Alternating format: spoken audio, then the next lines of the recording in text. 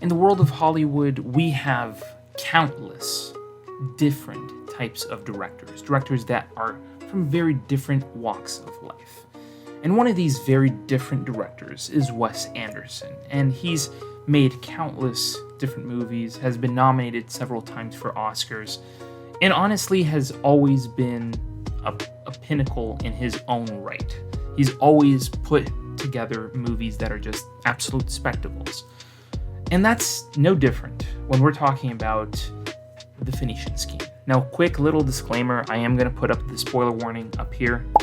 I'm just saying I'm going to be talking about people who are in this film, and if you know nothing about this movie whatsoever, make sure you go watch it, then come back and we'll have this discussion, because I don't want you guys to be spoiled by who's in this film, other than obviously Benicio del Toro, but that's not even a spoiler because it's his movie.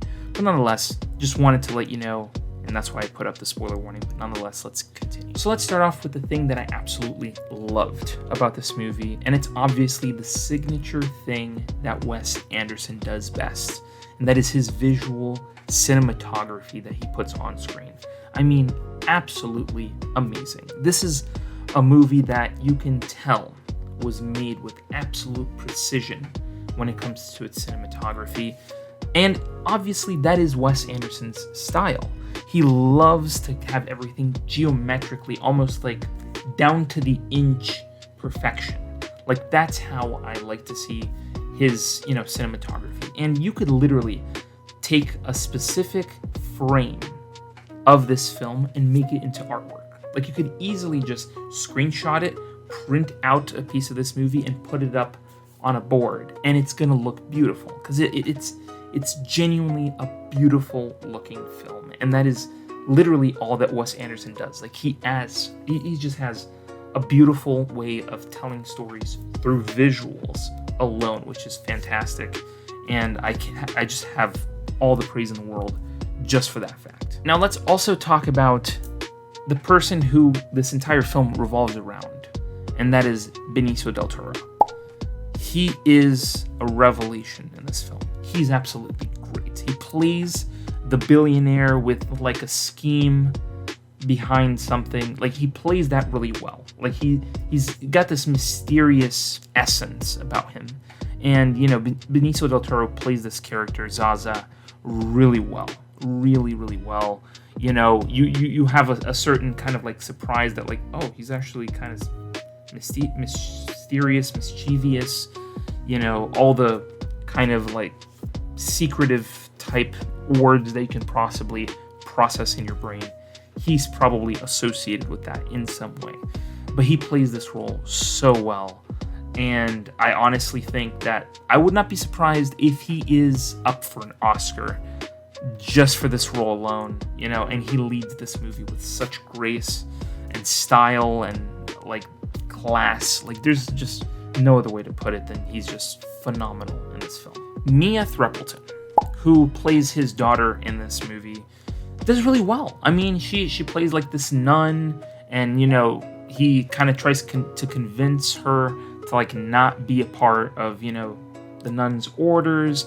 It's really interesting to see this sort of like father-daughter relationship play out. Then again, their characters aren't played with so much emotion. It's more like deadpans and like very like straightforward dialogue, and not really like super emotive type, acting. But nonetheless, she delivers a really great role, even though it's smaller than that of Benicio del Toro's. She definitely delivers a nice contrast to him at times. So it's really cool to see this sort of dynamic play out on screen. Sort of father-daughter dynamic, yet it's one trying to discover the other in a way. Like one is learning more from the other as time goes on, as the movie goes on. So it's really interesting. Michael Cera, he's absolutely hilarious in this movie. And, there's like a twist in the movie where you find out that he's not really like a Norwegian like scientist type guy, but he's in fact like an informant for the US, so he's playing like a secret spy for the United States. Really funny kind of, approach to that character. He's very entertaining to see in this film. He holds his own. Again, it's a smaller role as well for him, but he does a really great job and is very entertaining throughout the film. So, I mean, what do you expect? It's Michael Cera. He's going to do a great job nonetheless. Now, this movie is not without its surprises, and I'm not going to say it's based on the story, but on who pops up in this movie. Now, I'm just going to name all the A-listers. I mean, I had to put up a Word document and just write down the big A-listers that pop up in this movie that just absolutely, they kill it, but even though they're only on screen for a very short amount of time.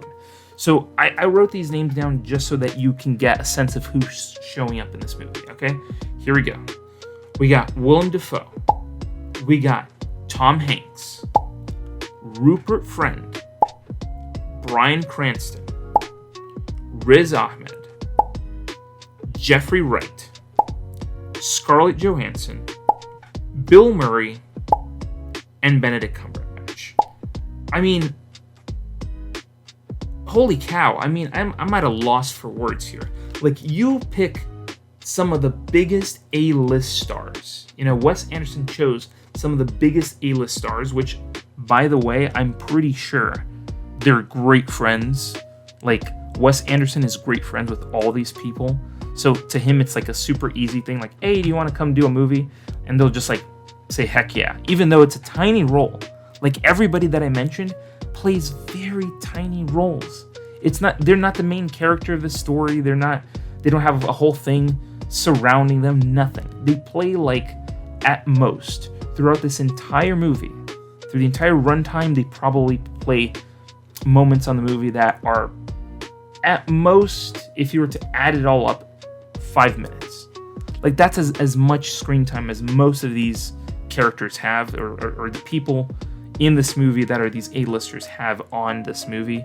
So it's nuts to think that everybody who you see here is in this movie and just pops up for a little bit.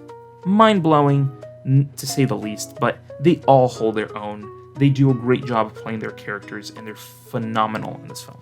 Now, my biggest issue with this film comes down to a very simple fact. And this is something that you see a lot of in Wes Anderson films, which is something that I kind of don't like, but I have to say it anyway. And that is the fact that these films are designed to be just art pieces. There's this type of stuff that you will go to an art gallery to see, but they don't have that much story to be substantial in any way. A lot of this story is very surface level. You get little mysteries here and there, great visuals, ideas that are placed on screen that, he has things from, a past moment in his life. He has boxes that each individual one covers a part of his life.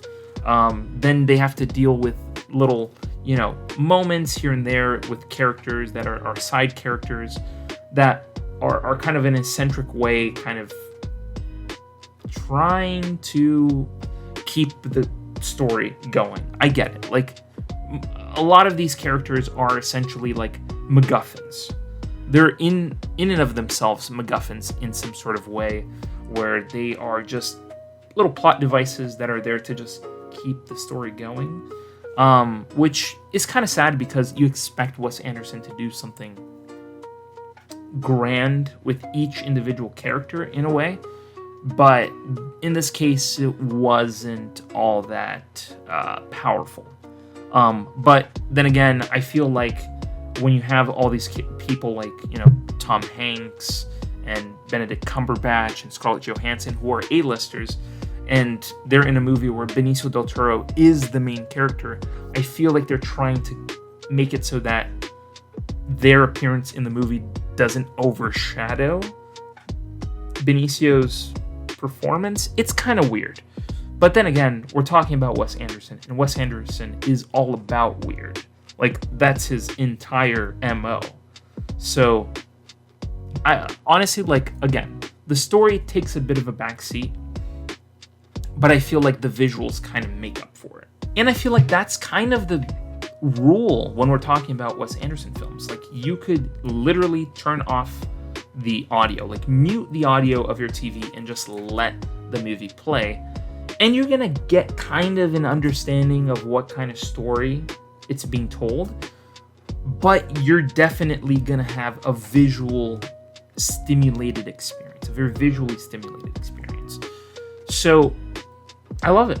I honestly, like, apart from the story not being super substantial and kind of putting me to sleep at times, I still thought that this movie was great. The visuals are amazing. You have characters here who are, really well thought out in a way. Benicio del Toro, super entertaining in this role and truly embracing the character that he's playing. All in all, I do believe it's a recommended type film. It's a movie that I would recommend anybody go and watch, just to feel entertained by the visuals. The visuals make up, I would say, 95% of the reason why I would recommend you go see this movie. And it's not like, not even the characters alone carry this movie as much as the visuals.